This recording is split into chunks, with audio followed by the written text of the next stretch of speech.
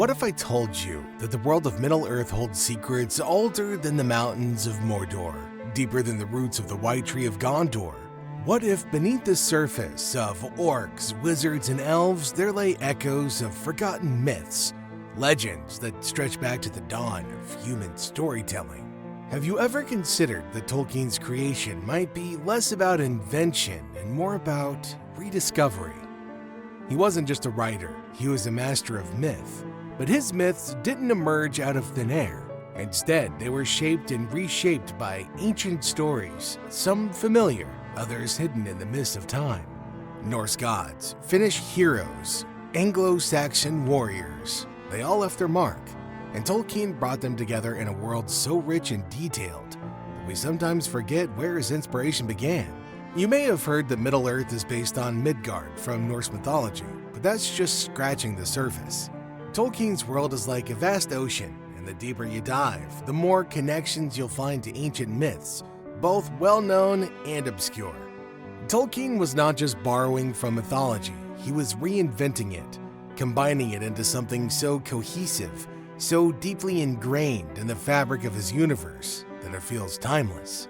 But before we unravel these hidden threads, ask yourself, what makes Tolkien's world so captivating? Could it be that beneath all the evil rings and battles, there's something far older, more primal that resonates with us all? When people think of Norse mythology and Tolkien's work, they often picture the obvious. The names Gandalf, Thorin, Durin, all are names that appear in the Prose Edda, an ancient Norse text.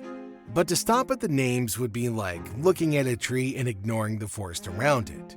Tolkien's use of Norse mythology goes far deeper. Consider the very name Middle-earth. It might sound fantastical, but it's a direct translation of Midgard, the realm of humans in Norse mythology. In both worlds, Midgard or Middle-earth lies at the center, surrounded by realms of gods, giants, and creatures of immense power. But Tolkien didn't just translate a name, he built an entire cosmology. In his early writings, Middle-earth was flat, just like Midgard, encircled by a vast ocean. And just as in Norse mythology, when Midgard is transformed after the cataclysm of Ragnarok, Tolkien's world undergoes a monumental transformation after the fall of Numenor. The dwarves, too, are more than just characters borrowed from Norse myth. Tolkien took the idea of dwarves, short, bearded, skilled in mining and craftsmanship, and turned them into a rich culture. His dwarves are secretive and proud, known for their ability to craft magnificent things from the depths of the earth. This echoes the dwarves of Norse myth, who were legendary smiths and creators, forging wonders like Thor's hammer, Mjolnir. But Tolkien goes beyond the myths, creating entire histories and lineages for his dwarves, expanding on their society, their struggles, and their relationships with the other races. And then there's the matter of names. Thorin, Fili, Kili, Dwalin. These aren't just names Tolkien picked at random. They too come straight from the Prose Edda, where they're listed as the names of the first dwarves ever created. Even Gandalf's name comes from the same list, though Tolkien gave it to a wizard instead. But there's more to these names than meets the eye. Thorin Oakenshield, for example, carries a name that reflects both strength and nobility, hinting at his role as a leader and a warrior. And yet, in true mythological fashion, his story is tinged with tragedy and the burden of kingship. But why, you might wonder, my astute viewer, would Tolkien borrow so much from Norse mythology? Well, maybe it's because he understood that these ancient stories, with their themes of power, loss, and heroism, could speak to readers in a way that modern tales might not. Or perhaps he saw something in the sagas of the Norse gods and heroes that resonated with the world that he was trying to create. Norse mythology may get most of the attention, but it's not the only ancient tradition that Tolkien drew from. Hidden in the pages of his work are echoes of other mythologies, ones that most readers might miss entirely. Take, for instance, the Finnish Kalevala, for example, an epic that inspired one of Tolkien's most tragic characters, Turin Turambar. This Finnish tale is a collection of myths and legends, and it was here that Tolkien found the story of Kullervo, a tragic hero doomed by fate. The story is one of vengeance, loss, and a struggle against forces beyond his control, themes that would later find their way into the story of Turin. So, Turin is a man cursed by fate who battles against the darkness within and without, only to find that he cannot escape his doom. Turin's story, like many of Tolkien's tales, is steeped in tragedy, echoing the fatalism found in many ancient myths. But Finnish mythology wasn't the only influence. Anglo-Saxon legend also played a major role in shaping Tolkien's world. In fact, one of Tolkien's most famous works, The Hobbit, was heavily influenced by the Old English epic Beowulf. The dragon, Smaug, who hoards gold and wreaks havoc on the land, is a direct descendant of the dragon in Beowulf. But while Beowulf's dragon is a symbol of greed and destruction, Tolkien's Smaug is more complex. A creature of intelligence and malice whose very presence shapes the world around him. Even classical mythology, with its gods and its heroes, sneaks into Tolkien's work. Characters like Aragorn, who takes on the mantle of a king despite his reluctance, echo the Greek concept of the reluctant hero, a figure who must rise to greatness despite his own personal doubts and fears. This blending of mythologies creates a world that feels both familiar and new, ancient and yet completely unique. He didn't borrow from just one mythic tradition, he drew from many, weaving them together into something that felt deeply rooted in the past, while still being his own creation. And yet, how many of these influences go unnoticed by readers? Tolkien was known for loving language and culture. What lesser-known mythologies do you think influenced his work the most? Let me know in the comments. If there's one object in Tolkien's legendarium that has captured the imagination of readers and viewers alike, it's the One Ring. A simple band of gold that holds the fate of Middle-earth in its grasp. The One Ring is way more than just a magical artifact or a trinket. It's a symbol of absolute power, and with that power comes corruption. But this idea didn't start with Tolkien. In fact, mythologies from around the world have long warned against the dangers of unchecked power. So in ancient Norse mythology, there's this ring, and I'm not even going to attempt to pronounce its name, because it's just a little ridiculous. Anyway, it was forged by the dwarf Andvari. Now this ring brought wealth and fortune to its bearer. But like with Tolkien's ring, it was cursed AF. Andvari, upon losing his treasure to the trickster god Loki, laid a curse on the ring, declaring that it would bring doom and death to all who possessed it. Well, from that moment, the ring became a source of greed and destruction, much like the One Ring would centuries later. Tolkien's ring shares more than just a curse with its mythological predecessors. Its power to corrupt even the purest of hearts is a recurring theme in myth. The Greek tale of King Midas, who wished for the power to turn everything he touched into gold, is another such example. Like Midas, those who come into contact with the One Ring find themselves consumed by its power. The more they desire to control it, the more it controls them. Take Gollum, for instance. Once a hobbit-like creature named Smeagol, he's driven to murder his friend for a glimpse of the One Ring's power. Over time, the ring twists him, both physically and mentally, until the creature we meet in The Lord of the Rings is almost unrecognizable. Even Frodo, our stalwart hero, is not immune. As he journeys to destroy the ring, we see its growing influence over him, clouding his judgment and tempting him to keep it for himself. In the end, it's only through the intervention of chance, or perhaps fate, that the ring is finally destroyed. What makes the One Ring so powerful, both as a plot device and as a symbol, is that it reflects on ancient truth found in myth. Power, especially absolute power, corrupts. The desire to possess something so powerful often leads to one's downfall. Like the Ringwraiths, once great kings of men who are now bound to the will of Sauron, their former glory and humanity just lost forever. But why is the One Ring so irresistible? Is it simply the allure of power, or is there something deeper at play? Tolkien's world suggests that it's not just the power of the ring itself, but the way it plays upon the weaknesses of its bearer. It magnitudes greed, fear, and pride, traits that are all too human. And that's what makes it so dangerous. It's not just a tool of evil, it's a reflection of the darkness within. Every great story has a hero, but Tolkien's heroes aren't your typical champions. In many mythologies, heroes are larger than life. They slay monsters, they claim treasures, and they win kingdoms. But Tolkien's heroes are often reluctant, flawed, and vulnerable.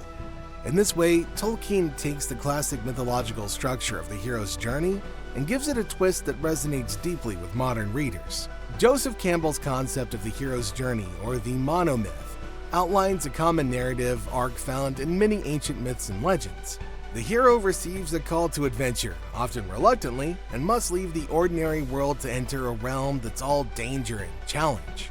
Along the way, the hero encounters mentors, faces trials, and ultimately achieves a victory that leads to a transformation.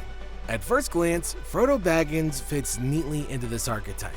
He's called to adventure by Gandalf and tasked with the seemingly impossible mission of destroying the One Ring. But what makes Frodo stand apart from traditional mythic heroes is his reluctance. He doesn't really seek adventure, it's kind of thrust upon him. Unlike Achilles, Beowulf, or Hercules, Frodo is not driven by a desire for glory or conquest. He is in many ways an ordinary person, a hobbit caught up in extraordinary circumstances. And this is where Tolkien diverges from the traditional hero narrative. In ancient myths, the hero often emerges victorious, changed but triumphant, haha! In contrast, Frodo's journey leaves him physically and emotionally scarred and, dare I say, broken. While he succeeds in destroying the ring, the cost is incredibly high. He's never the same again, haunted by the burden of his quest. This echoes the tragic heroes of old, figures like Oedipus or Gilgamesh, who are transformed by their trials, but not necessarily in ways that bring them peace or joy. Frodo's journey isn't the only one that reflects this unique take on the hero's journey. Aragorn too is a hero, but one who doubts his own worth. He's the heir to the throne of Gondor, but he spends much of his life in exile, hiding from his destiny. Like many mythic heroes, Aragorn must prove himself through trials and challenges, but his greatest battle is with his own self-doubt.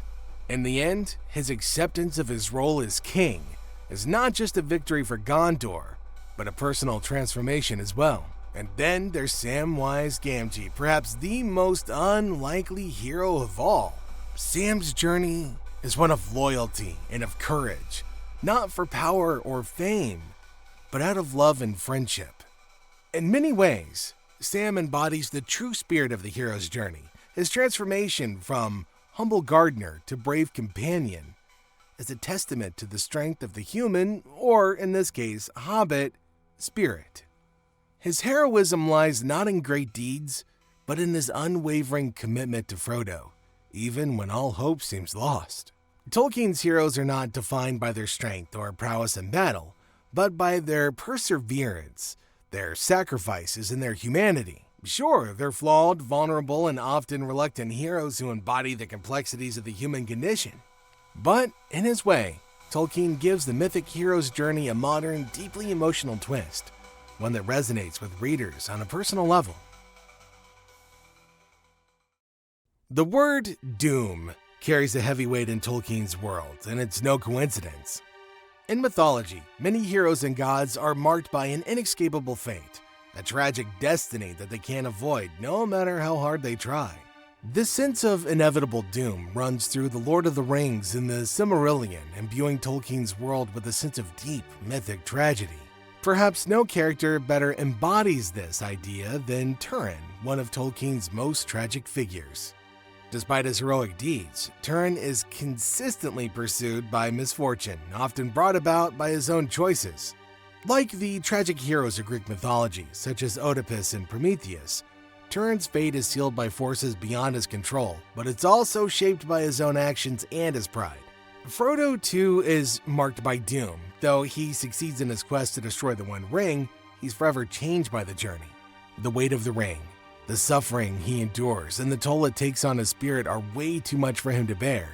In the end, Frodo doesn't find peace in Middle-earth. Instead, he must leave for the Undying Lands, seeking healing that the mortal world just can't offer. His departure is bittersweet, a reminder that even victory can carry the weight of sorrow. But this idea of doom's not limited just to individuals. The fall of Numenor, the decline of the elves, and the rise and fall of kingdoms all carry with them the shadows of doom. Just as in myth, where great cities like Troy or Atlantis are destined to fall, so too are the great civilizations of Middle-earth. These tragic cycles of rise and fall, of hope and despair, are woven into the very fabric of Tolkien's world. Tolkien understood the mythology is not just about triumphs and victories. It's also about loss, sacrifice, and the inescapable pull of fate. His characters are often caught between their desires and the larger forces at play in the world, forces that, no matter how hard they fight, they cannot fully control. Could it be that Tolkien is telling us something about the price of heroism and sacrifice? The idea of descending into darkness, both literal and metaphorical, is a powerful element in mythology. Whether it's the Greek underworld of Hades or the Norse Hell, these deep, foreboding places often symbolize death, danger, and transformation.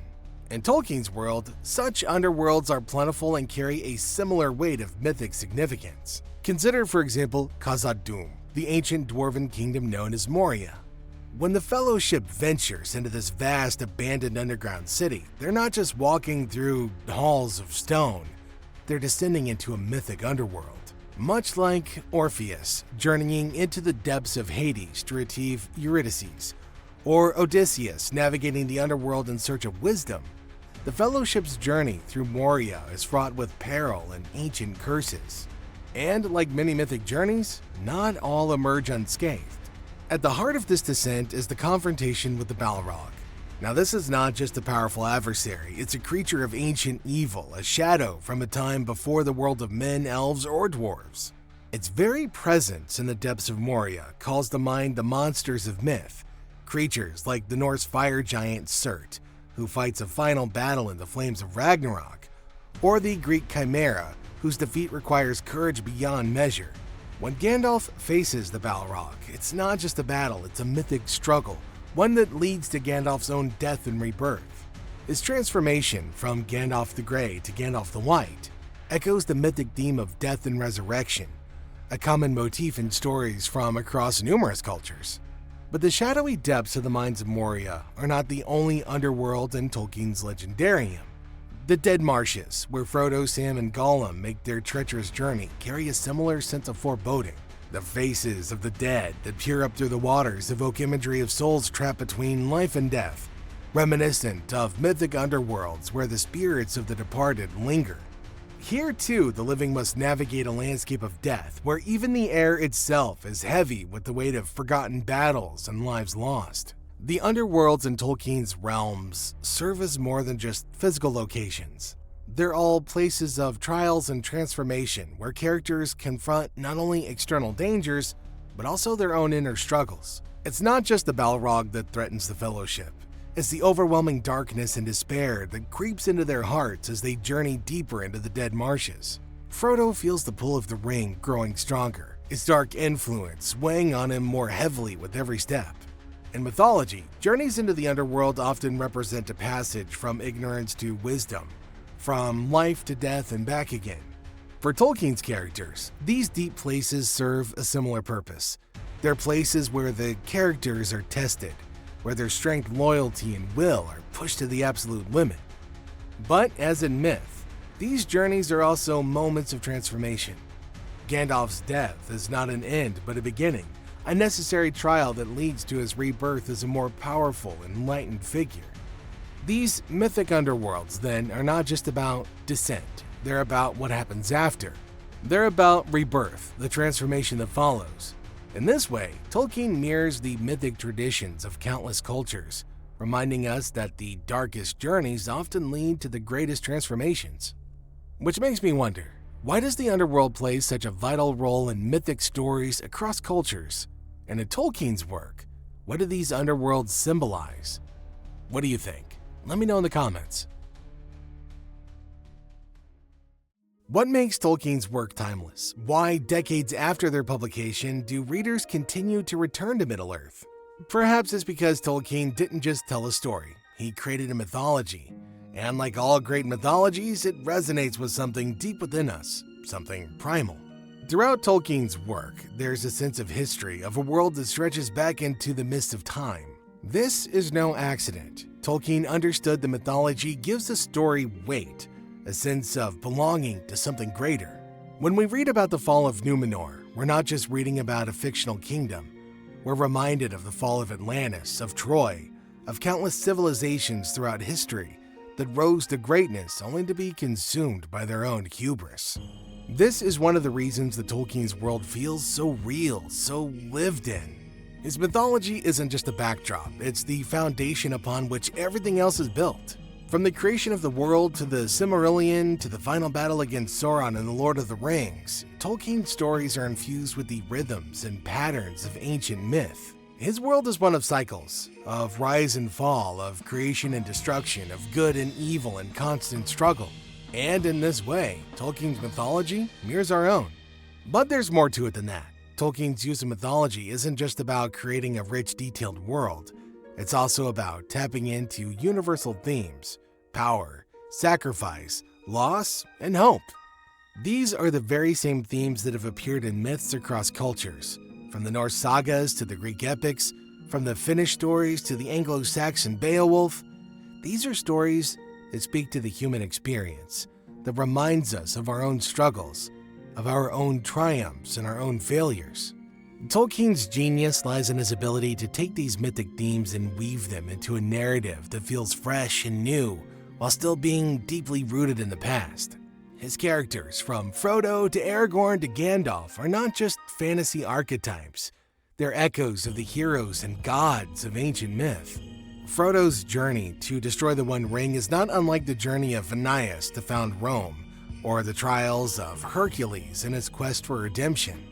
Aragorn's reluctant rise to kingship echoes the stories of countless heroes who must accept their destiny despite their doubts. But perhaps the most powerful mythic theme in Tolkien's work is the idea of hope. In mythology, hope often comes at great cost through sacrifice and struggle. In the darkest moments, whether it's Frodo's final ascent to Mount Doom or Aragorn's stand at the Black Gate, there's always the possibility of hope, a light that shines through the darkness, however faint. This is a theme that runs through myths from every culture, from the Norse Ragnarok to the Christian story of redemption. And it's a theme that Tolkien returns to again and again in his work. He understood that mythology is more than just stories. It's a way of understanding the world, of making sense of the chaos and the beauty of existence. And by creating his own mythology, he gave us a world that feels as real and as timeless as the myths that inspired them. His work has been timeless, but why do you think his mythology resonates so strongly with readers even today? Is it the universal themes of hope, sacrifice, and struggle? Or is there something deeper at play? Something in the way his mythology mirrors our own stories and histories? So the next time you journey through Middle-earth, remember, you're not just exploring a fictional world. You're stepping into a mythology, one that stretches back through the ages, connecting us to the stories and legends that have shaped human history. And, in that sense, Tolkien's work isn't just a fantasy. It's a reflection of our own world, our own myths, and of our own struggles. If you enjoyed this deep dive into the mythology weaved into Tolkien's world and its mythic roots, don't forget to like, share, and subscribe for more content. Join us on this journey through Tolkien's greatest stories. There's so much more to uncover.